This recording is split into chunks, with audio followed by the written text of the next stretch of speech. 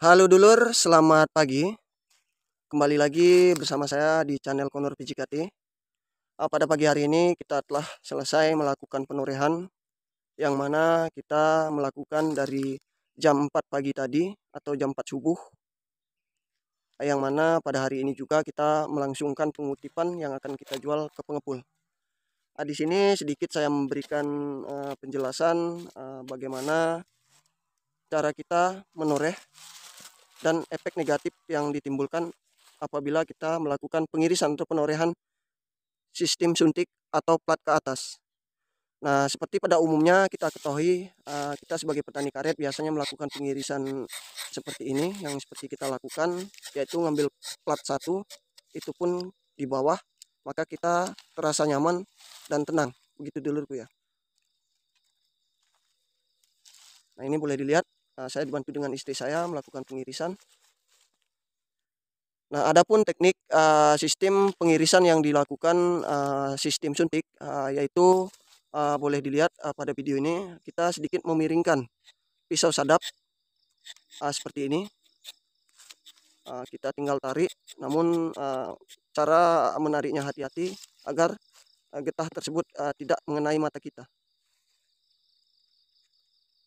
Nah, baik, sesuai dengan thumbnail ataupun judul, layak atau tidakkah sistem penorehan suntik yang kita lakukan sebagai petani karet.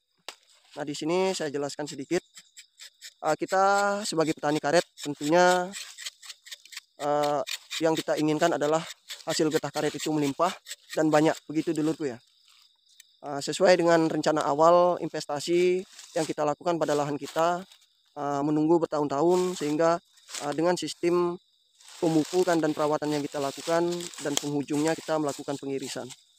Namun sangat disayangkan sekali apabila pengirisan ataupun teknik yang kita lakukan dengan tidak hati-hati atau ceroboh, maka dapat merugikan hingga hasil yang kita dapat itu tidak maksimal sesuai dengan harapan kita. Biasanya petani karet melakukan sistem suntik ini karena memang terdesak ekonomi ataupun harga karet murah, frustasi dan putus asa. Makanya melakukan sistem suntik pada pengirisan karet yang masih muda. Itu tidak.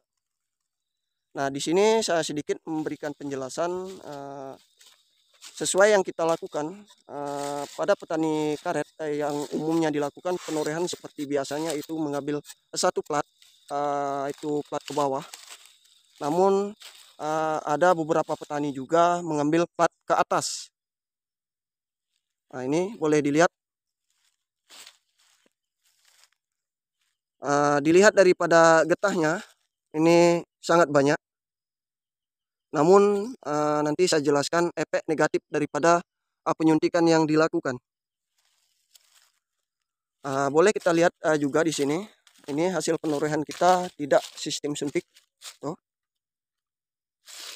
getahnya agak padat. Oh.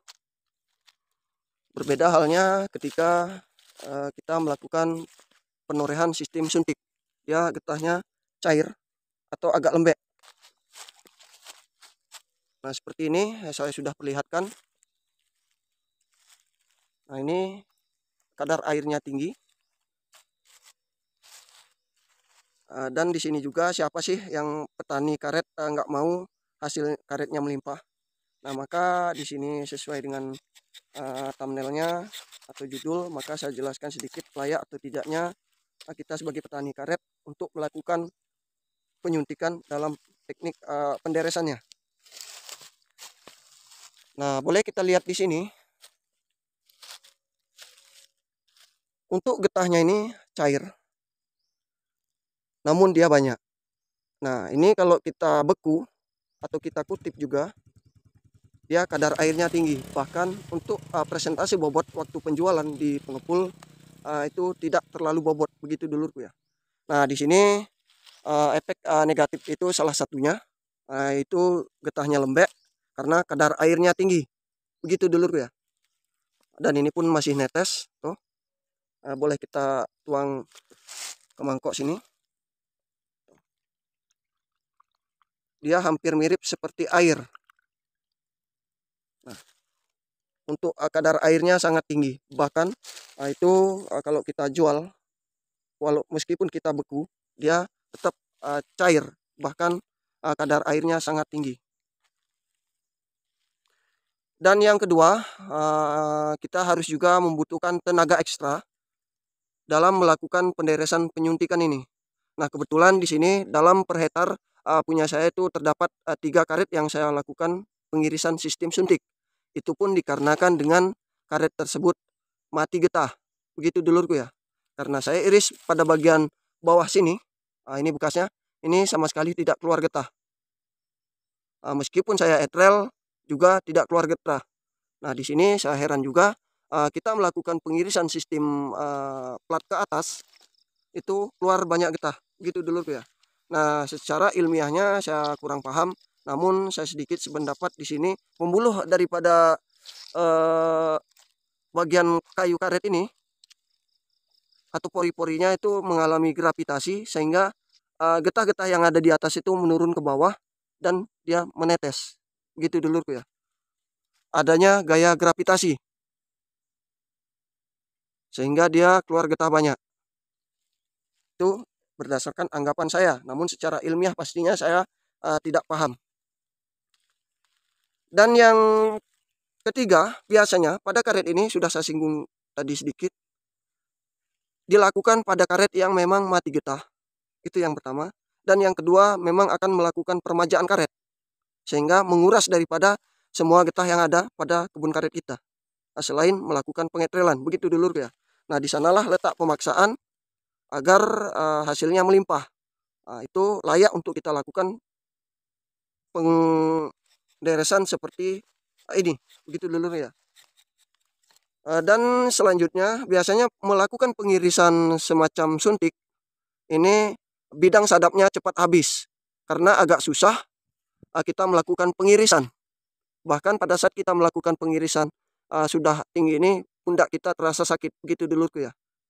Karena kita selalu menatap ke atas, bahkan terkadang salah sedikit mata kita bisa terciprat dengan getah.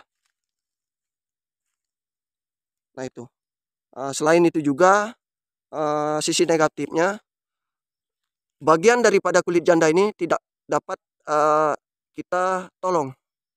Apabila kita melakukan pengirisan dengan secara umum yang dilakukan oleh petani karet yang baik dan benar, maka tidak akan keluar getah. Sedangkan kita kembali melanjutkan untuk kulit jandanya melakukan pengirisan kembali dengan sistem atau metode suntik, dia akan tidak tepat sasaran.